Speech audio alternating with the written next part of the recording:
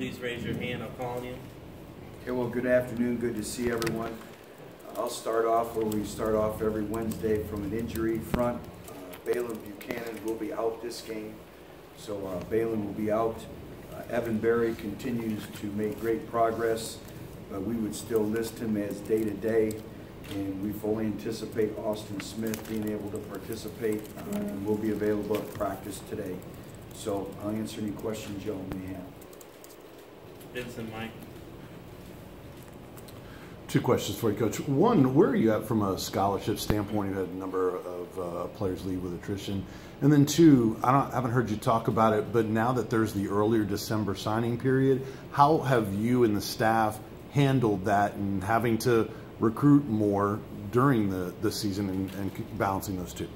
Well, we just had a very extensive staff meeting regarding that conversation, and we had a plan in place in terms of the early signing date right when that went into effect, and it has changed. It's changed a lot of things in terms of official visits, and so it's kind of changed the nature of recruiting right now. We've had a lot of in-season official visits. We'll continue to have that. We've had more unofficial visitors than we've had in the past. That'll be ongoing, and then obviously the first part of December we'll host a number of official visits as well, but that time frame, that timeline has really changed a lot of things, and it's changed the dynamics of recruiting this year. In terms of the scholarship situation, as we all know, you're allowed to have 85 scholarships. For a number of years now, we've been, right around in the 80 mark. And again, that's something as we continue to grow the roster and all that, but it's pretty much common with where we're at in terms of the 85. Coach, could you update Aaron Medley and Daryl Taylor's status? Yep. Aaron Medley will practice today, so Aaron Medley will be back. I apologize for not bringing that up. And then Daryl Taylor remains suspended. He was available for a portion of practice yesterday. That's all part of the expectations that we've set forth with him, and I would say that it's still day-to-day with him. But as of right now, he's still suspended. Jimmy, then Steve. Butch, Kentucky runs a lot of their Wildcat package with Benny Snell. Talk about defending that, and if they run it more than other teams that you have faced this year. They've had a lot of success with the Wildcat package. Benny does a very, very good job, and I think the thing that's different with him is they'll throw the football out of it. And they've thrown the ball a little bit downfield this year with that personnel grouping. And I think the other thing with that package, or that Wildcat package, are the personnel groupings that are associated with that as well. You get a number of different personnel groupings, so that makes it even more challenging. Steve. With Medley back, how will you handle it? Will it be back to the way it was early in the season? One guy handling the short field goals, one guy handling the long field goals? Is Brent your guy, or how are you going to handle the field goal? Right now, Brent's the starter, and Aaron hasn't been in a full team competitive environment here in the last couple weeks, so today will be his first time back kicking in a team in a group setting with a live rush, so we'll evaluate him and see where he's at as well. Rob. Coach, just the offensive touchdown streak, still looking for your first conference win. What's the kind of the psyche? Are guys on edge? Do you feel like they're enthusiastic? Are they pressing? Just, how would you describe the locker room? No, I think they've been very consistent in their approach. I thought we had a good day of practice yesterday. Obviously everyone's disappointed and it's on your mind, but the only way you work through that is you have to work every single day and pay attention to the details.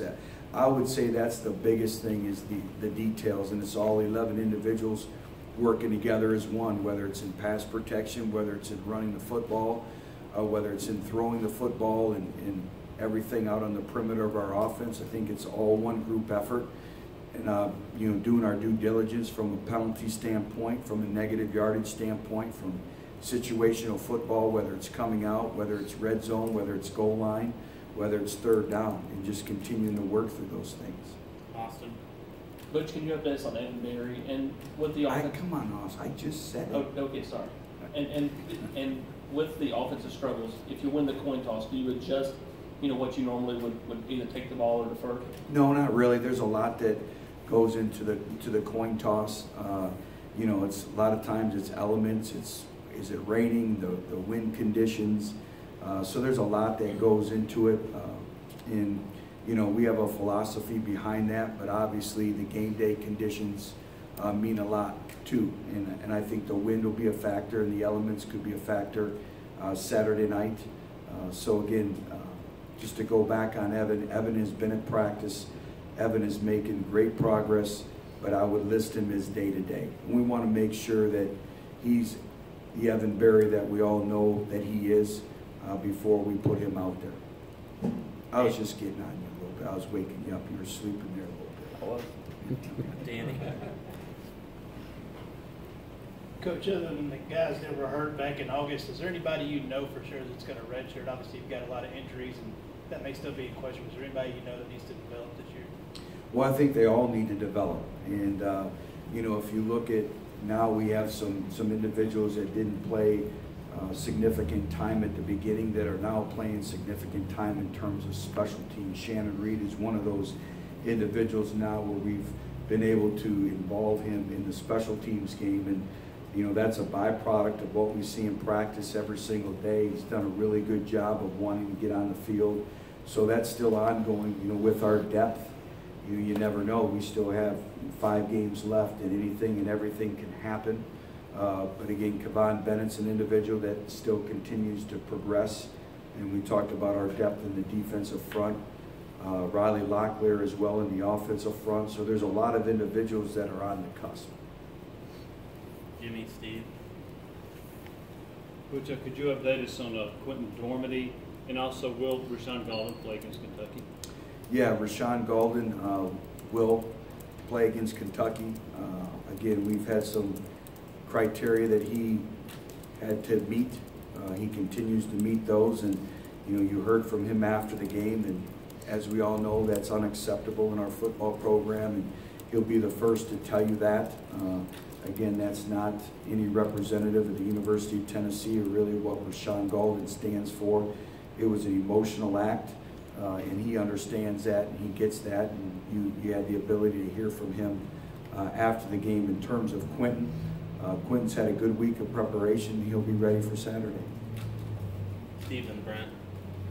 You know, a lot of the guys you expected to be leaders on your defense, Kirkland, therefore, have been hurt. Who has emerged as kind of the leader for your defense with so many guys down? That's the ongoing dynamics, you know, of this football team. Is when you look at some of your leaders and now them missing those snaps.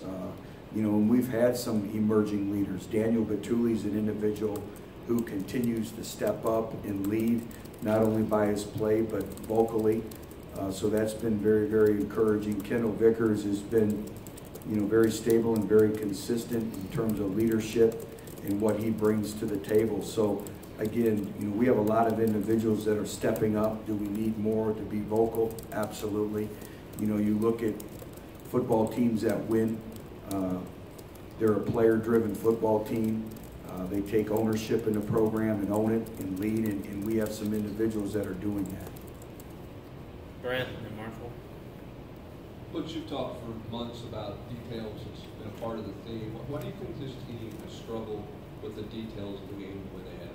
You know, that's a great question. And, you know, when you set forth, you know, when the season began and really dating back to January, we talked about details, accountability, and toughness. And that's not just a fancy slogan. That's not something just from a marketing ploy. That's really what we felt this football team needed. We knew we were going to be extremely young, and the growth and maturation of this football team would center upon those 3 elements: details, accountability, and toughness. And, you know, we have a full officiating crew at practice. I think it's the ability to make good choices and good decisions in the heat of the moment. You know, whether it's your hands inside, moving your feet, and, you know, so the details and accountability go hand in hand, and that's something that we talk about every single day. We review the penalties from practice. We review the penalties from the game. We continue to demand, you know, the details from right down to your transitions or running from drill to drill, the way we practice, the practice requirements from the attire to doing things the right way to going to class. And, you know, that's the makeup of a mature football team, and that's something that we take great pride in here. And I think along with the details, it goes hand in hand with the discipline as well. Butch in the back. Hey, can you talk about what this matchup means for the program, especially just the expectation to win it each year? I think Tennessee's won 31 out of the last 32. I think each year is different. You know, you look at Kentucky, they're 5-2 right now, and they're a really, really good football team. I think Mark has done a very, very good job there. When you watch their football team play, they play with a hard edge. They play with great energy. They play with very, very good toughness, and they have playmakers. And they're an older veteran group, and you know, they've been through, you know, the process. You know, they've been through all that, and they're a very, very good football team, particularly when you look at playing them at home. So it's going to be a great challenge for us. Have a tremendous amount of respect for their football team and for their players and their coaching staff. And like I said, each team is different. Each year is different, and they definitely have our respect. And our players know that they're going to have to play a very, very solid football game. Last couple, Patrick and Rob. Butch, you kind of mentioned on Monday that Will McBride can get, I guess, more reps in practice. Just what's he kind of done with those, and what's he kind of shown you guys since he's gotten here back in the summer? Well, he continues to grow and develop. Again, he's done a really good job of understanding the offense, and there's so much that goes into quarterback play, and you know, it's more than just the physical attributes that are associated with a quarterback, from, you know, being able to throw the football, being able to make some plays with your legs. That's only part of it. It's the quarterback intangibles that also go along with it, from leadership to the ability to process information very, very quickly, understanding defensive schemes, being able to check plays at the line of scrimmage, being able to handle protections, knowing where the free heat's coming, knowing how to slide a protection. There's a lot that goes into it, and I think Will has done a really good job of understanding that. And I think, you know, the reps that he's gained in practice, we see him continuing to grow and develop, and you know, all that, and then you associate that with the speed of the game. So there's a lot that goes into it. So every rep he gains, whether it's with the offense, whether it's in a service period, whether it's in a scout team period, those reps are invaluable for his continued growth and development. Rob. Coach, strength and conditioning wise, now that we're getting into November, have you seen the improvements from that end that you wanted in making that change? And I guess, is that really the kind of change that you see sort of 2 years down the road? Yeah, that's a really good question, and I see it. And our players have tremendous confidence right now in Coach Rock and the entire strength staff. And you know, we're still going through a full in-season strength and conditioning program. That's something that we haven't had that luxury here with injuries in a number of years, and even though we're battling the injury bug right now, we're still able to maintain that in-season lifting and conditioning. We still have players that are working on their strength levels, and that they're still making progress and they're making gains in the weight room. So that's been great to see, and you know, Rock has had a great plan of moving forward, and we knew, you know, when he came in here, we knew that the areas that we need to improve on as a football program, and it started in the weight room. Are we where we need to be? No. But have we made significant progress? Absolutely. Last question, Mike. Can you update us? Is Ryan Johnson going to be in the offensive line rotation? What type of week of practice is he having? Ryan's had a good week, and when your numbers are limited, obviously he has a very, very vital role on this football team, and I think he gained valuable experience in last week's game, and he'll be available for us this week again, and we're probably going to need him in moving forward. But Ryan's one of those individuals that just comes to work every single day, and you keep hearing me use the word consistency. And being consistent in all aspects of your life is one of the most important traits anyone could have, and Ryan's very, very consistent. He's really worked on his knowledge of the scheme. He continues to work on the fundamentals in the offensive line play, and the ability to use your hands and the balance that it takes in the footwork. So again, I've been really, really pleased with his progress, but it doesn't come by surprise because he works his craft. He works at it every single day. Thank you. Thank you. Any more questions? Thank you.